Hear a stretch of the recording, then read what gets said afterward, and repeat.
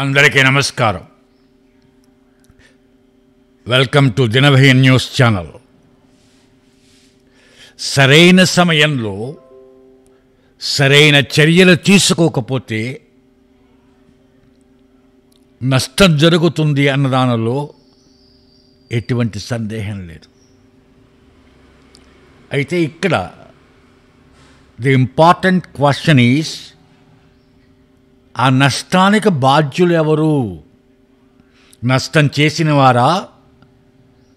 అలా నష్టం చేసిన చర్యలు తీసుకొని వారా?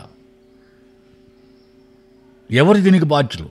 నష్టం చేసిన వాళ్ళ, లేక నష్టం చేసిన వాళ్ళ మీద సరైన చర్యలు తీసుకొని వాళ్ళ అన్నది క్వశ్చన్. దీనికి సరైన ఆన్సర్ ఏంటి? నష్టం చేసిన వాళ్ళపై సరైన సమయంలో సరైన చర్యలు తీసుకోకపోతే వాళ్లే బాధ్యులు. ఎవరైతే చర్యలు తీసుకునే స్థానంలో ఉన్నారో ఆ స్థానంలో ఉండి చర్యలు తీసుకోకపోతే వాళ్లే ఆ నష్టానికి బాధ్యత వహించాలి.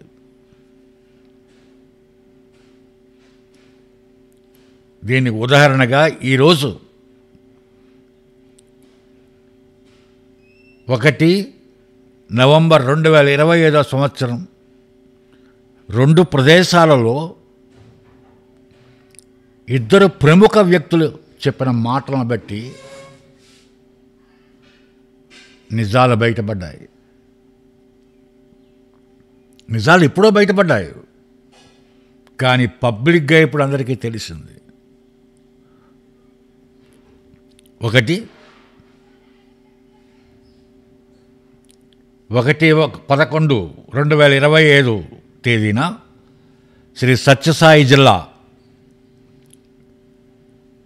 పెద్దన్నవారిపల్లెలో పింఛన్లు పంచే కార్యక్రమంలో గౌరవ ముఖ్యమంత్రి చంద్రబాబు నాయుడు గారు చెప్పిన మాటలు ఒక విషయం.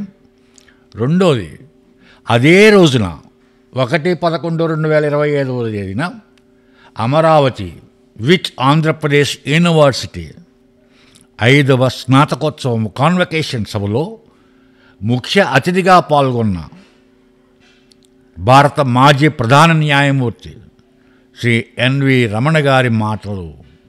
ఈ ఇద్దరు మాటలు ప్రముఖ వ్యక్తులు. వీళ్ళిద్దరూ, ఒకరు ప్రస్తుత గౌరవ ముఖ్యమంత్రి, రెండో వారు మాజీ భారత ప్రధాన న్యాయమూర్తి. వీరు కొన్ని మాటలు వెలుబుచ్చారు, తమ కడుపులో ఉన్న ఉద్దేశాలను వెలుబుచ్చారు బయటికి. మొదట చంద్రబాబు నాయుడు గారి మాటలు తీసుకున్నాం.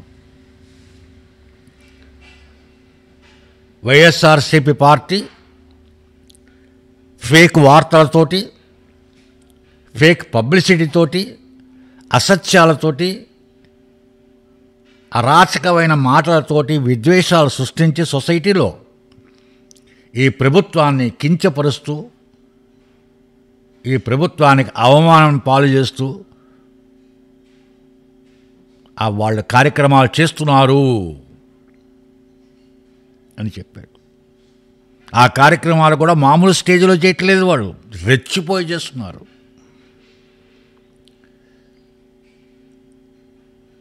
వాళ్ళు అధికారంలో ఉన్నారా, ప్రతిపక్షంలో ఉన్నారా అన్న ప్రజలకు తెలుసు.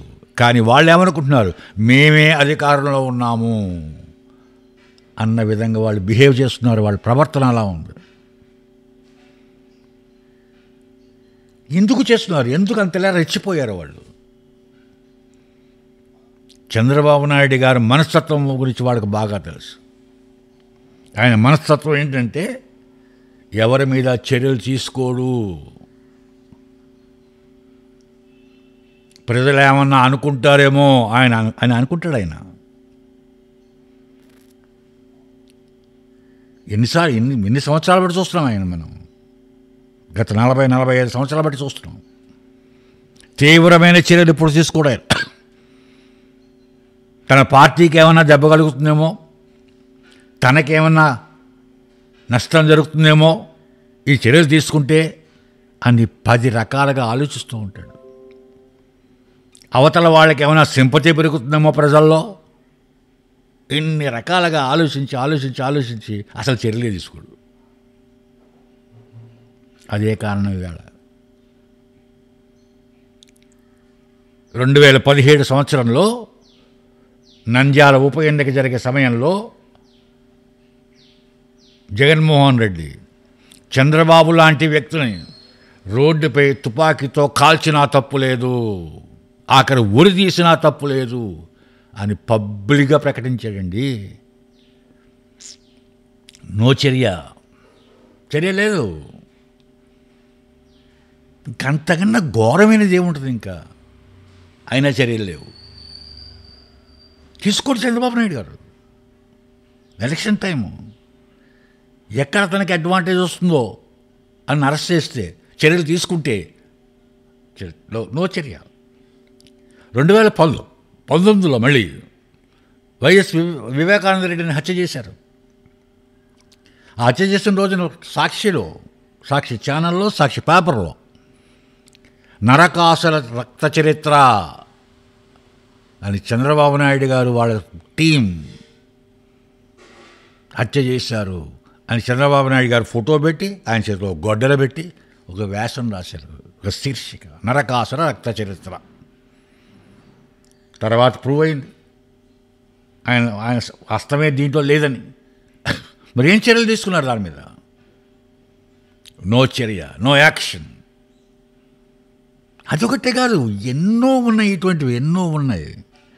వేటి మీద చర్యలు లేవు. ఎందుకు చర్యలు లేవు?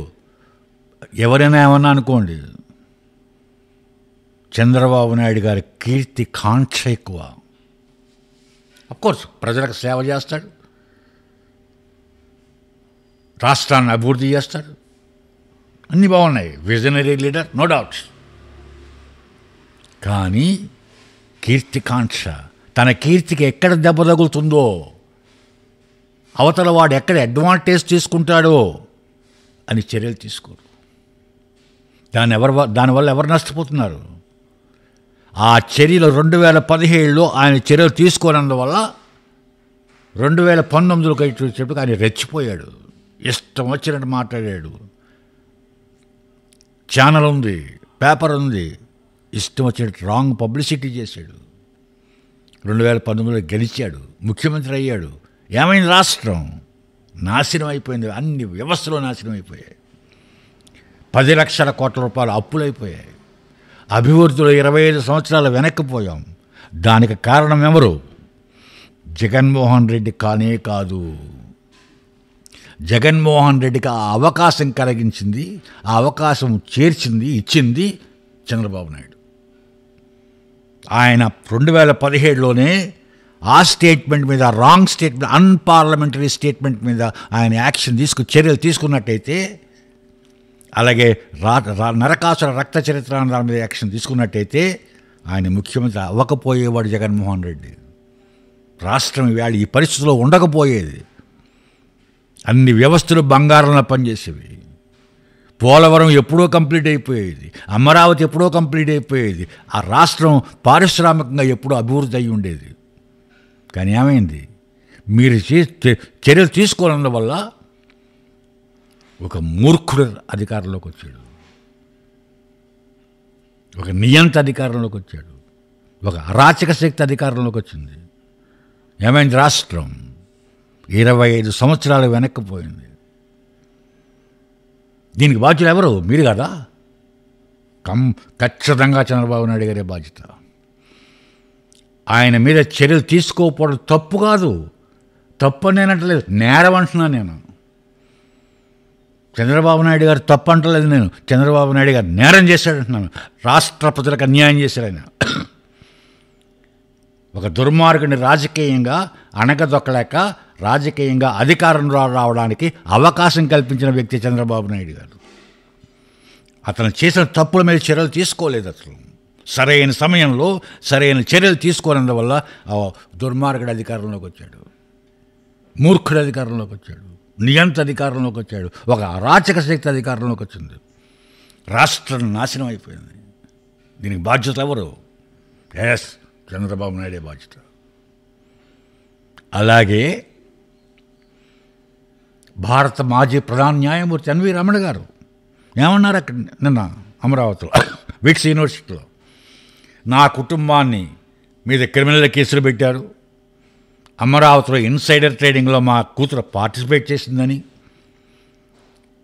మా కుటుంబం మీద ఒత్తిడి తెచ్చారు, అనేక ఇబ్బందులు పెట్టారు మమ్మల్ని. ఇది మీరు అనవలసిన మాటేనా? అనవలసిన మాటేనా ఇది? అనొచ్చా అటువంటి మాటలు మీరు? ఒక సుప్రీంకోర్టు న్యాయమూర్తి స్థానంలో ఉండి రాజ్యాంగ సూత్రాలను పరిరక్షించవలసిన మీరు తప్పుడు పనులు చేసిన వ్యక్తిని శిక్షించక ధర్మబద్ధంగా చట్టపరంగా శిక్షించే అవకాశం మీ చేతిలో ఉన్నా మీరు కళ్ళు మూసు కూర్చున్నారు. కళ్ళు మూసు కూర్చున్నారు మీరు రమణ గారు. అలాగే మీరు ప్రధాన న్యాయమూర్తి అవ్వకూడదని చెప్పి అఫీషియల్గా అప్పటి ప్రధాన న్యాయమూర్తికి ఉత్తరం రాశారు. మీకు రాజకీయ సంబంధాలు ఉన్నాయని, మీ కుటుంబం భూ ఆక్రమణలో ఉన్నారని, ఇలా రకరకాల వార్తలు మీ మీద పెట్టారు. తర్వాత మీ ఇంటర్నల్గా మీ ఎంక్వైరీలో అవన్నీ తప్పని తేలింది, మీరు ప్రధాన న్యాయమూర్తి అయ్యారు. ఇంకా ఆయన మీద కేసు పెట్టారు. అది ఆ లెటర్ కూడా అఫీషియల్గా రాసిన లెటర్ కూడా మీడియాకి రిలీజ్ చేసేది. ఆ కేసు ఇంకా సుప్రీంకోర్టులో ఇంకా ఏం తేలలేదు. అది ఎప్పుడు తేలుతుందో కూడా తెలియదు. అన్నిటికన్నా ముందు మీరే ఆర్డర్ ఇచ్చారు, ఆదేశం ఇచ్చారు న్యాయమూర్తిగా ఉన్నప్పుడు.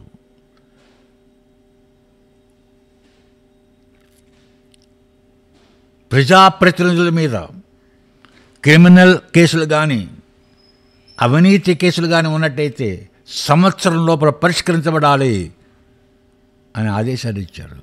ఏమయ్యా ఆదేశాలు? ఏమయ్యా ఆదేశాలు? మీరు ప్రధాన న్యాయమూర్తి కూడా అయ్యారు. మీరు చర్యలు తీసుకున్నారా? ఏమీ లేదు. 12 సంవత్సరాలు బెయిల్ మీద ఉన్నాడండి ఇప్పటివరకును. ఒక సామాన్య మానవుడు 12 సంవత్సరాలు బెయిల్ మీద ఉండగలడా ఎవరైనాను? 3600 సార్లు వాయిదాలు తీసుకుని కోర్టుకి అటెండ్ అవ్వలేదండి బెయిల్ మీద ఉండి. ఎవరన్నా ఉండగలరా? ఇమీడియట్గా అరెస్ట్ వారెంట్ ఇస్తారు కోర్టుకి అటెండ్ అవ్వకపోతే. ఎలా ఉన్నాడు? ఎలా ఉండగలిగాడు? మీరేం చర్యలు తీసుకున్నారు? చర్యలు చట్టపరంగా, న్యాయపరంగా, ధర్మపరంగా తీసుకోవాల్సిన అవకాశం ఉన్నప్పటికీ మీరు చర్యలు తీసుకోలేదు. ఎందుకు? కీర్తికాంక్ష. నన్ను ఎవరన్నా అనుకుంటారేమో, నా కీర్తికి భంగం కలుగుతుందేమో, నేను కక్ష సాధింపు చర్యలు చేస్తున్నాను అంటారేమో. ఇవా న్యాయమూర్తి స్థానంలో ఉండవలసింది. చట్టం చెప్పిన ప్రకారం మీరు తీర్పులు చెప్పాలి, చట్టం చెప్పిన ప్రకారం మీరు చర్యలు తీసుకోవాలి. కానీ మీ కీర్తికి ఏదో అడ్డం వస్తుంది అని చెప్పి మీరు చర్యలు తీసుకోకపోతే రాష్ట్రం నష్టపోయిందండి. 25 సంవత్సరాల అభివృద్ధి వెనక్కిపోయింది మీరు చర్యలు తీసుకోనందువల్ల. 10 లక్షల కోట్ల రూపాయలు అప్పైంది రాష్ట్రానికి మీరు చర్యలు తీసుకోనందువలన. రాజ్యాంగ సూత్రాల ప్రకారం, చట్టాల ప్రకారం చర్యలు తీసుకోమంటున్నాం, తీసుకోలేదు మీరు. ఎవరు బాధ్యులు దీనికి? ఈవేళ ఒక పక్కన చంద్రబాబు నాయుడు గారు, ఒక పక్కన మీరు విక్టిమ్ కార్డు ఉపయోగిస్తారా? హాస్యాస్పదంగా లేదండి. మీరు విక్టిమ్ కార్డు ఉపయోగిస్తే హాస్యాస్పదంగా లేదు. చర్యలు తీసుకునే స్థానంలో ఉన్న ఆయన చర్యలు తీసుకోరు. చర్యలు తీసుకునే అందరికన్నా ఎక్కువ అధికారం ఉండి ఎక్కువ చర్యలు తీసుకునే అవకాశం ఉంది, మీరు తీసుకోలేదు. మరి ఎవరు తీసుకుంటారు? మేధావుల మౌనం రాష్ట్రానికి నష్టం. ఇవి చేసిన మీ ఇద్దరి వల్ల రాష్ట్రం నష్టపోయింది, మీ ఇద్దరి వల్లనే. ప్రథమ కారణం చంద్రబాబు నాయుడు గారు, రెండవ కారణం మీరు. మీ ఇద్దరి వల్ల ఈవేళ ఆంధ్రప్రదేశ్ రాష్ట్రం నష్టపోయింది. 10 లక్షల కోట్ల రూపాయలు అప్పులైపోయాయి. 25 సంవత్సరాల అభివృద్ధి వెనక్కిపోయింది. యువత నష్టపోయింది, భవిష్యత్తు నష్టపోయింది యువత. దీనికి ఎవరండి బాధ్యులు? మీరిద్దరే. మీరు తప్పు చేశారని నేను అంటలేదు, నేరం చేశారని అంటున్నాను నేను. మీరిద్దరు కూడా అసలు మీ ఇద్దరి మీద చర్యలు తీసుకోవాలి ప్రజలు. వేళ ఎంత బాధగా ఉందండి. నిన్న మీరు చెప్పిన మాట చంద్రబాబు నాయుడు గారు చెప్పిన మాటలు వింటుంటే ఎలా చెప్పబుద్దేస్తుందండి మీకు ఆ మాటలు? ఆ విక్టిమ్ కార్డు ఎలా ఉపయోగిస్తారు మీరు? చాలా తప్పు చేశారు మీరు. తప్పుగా నేరం ఏం చేశారు మీరిద్దరు? ప్రజలను క్షమించమని అడగండి మీరిద్దరు.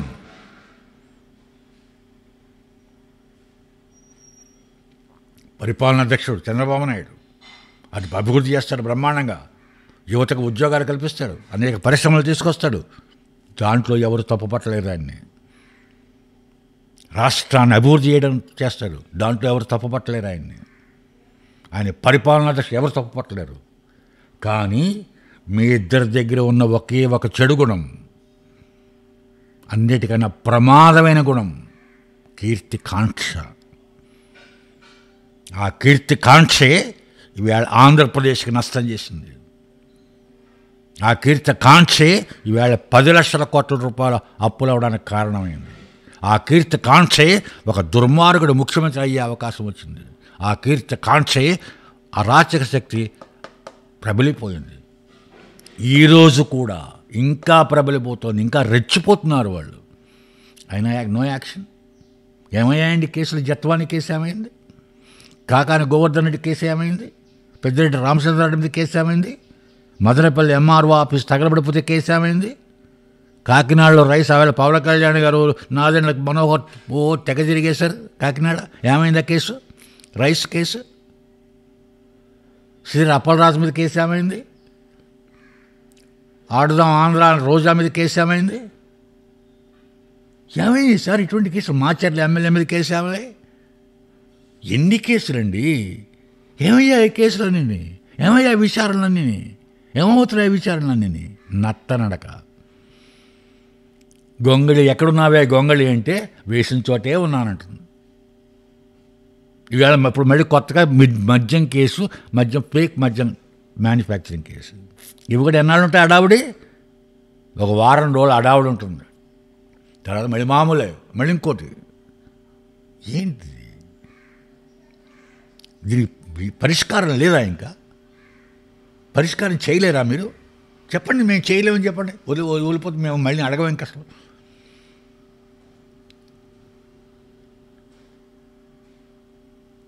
నష్టపోతున్నామండి, రాష్ట్రం నష్టపోతుంది. మీరు ఎంత కష్టపడిన, రోజుకు 18-20 గంటలు కష్టపడుతున్నారు మీరు.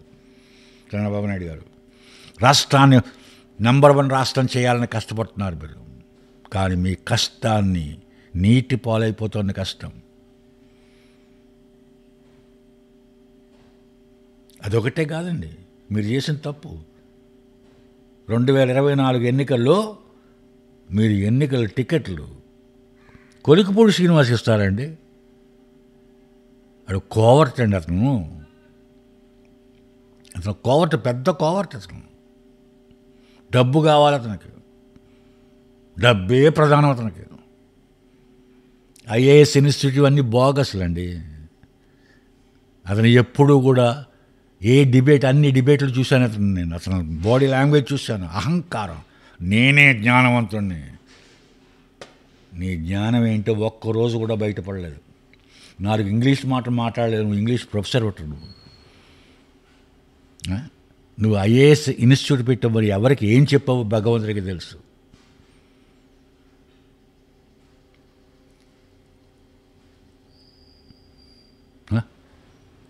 అటువంటి వాళ్ళకి టికెట్ ఇచ్చారు మీరు. అలాగే ఆదిమూలం విష్ణువరావు చిత్తూరు డిస్ట్రిక్ట్లో ఏమైంది? నెగ్గిన 1-2 నెలలోనే బయటపడిపోయింది అతని యొక్క పరిస్థితి. సస్పెండ్ చేశారు మీరు పార్టీ నుంచి. అలాగే దగ్గర ఒక 20-30 మంది ఎమ్మెల్యేలకి, పరమ మూర్ఖులకి, పరమ చండాలకి మీరు టికెట్ ఇచ్చారండి. వాళ్ళు రేపు పొద్దున పార్టీలో ఉంటారనుకుంటున్నారా మీరు? వాళ్ళంతా కోవర్ట్లు. ఒక 20-25 మంది ఉన్నారని మీ దగ్గర కోవర్ట్లు. చూసుకోండి, జాగ్రత్తగా చూసుకొని. ఈ పార్టీని ముంచేసి వాళ్ళు వీళ్ళందరూ కూడా.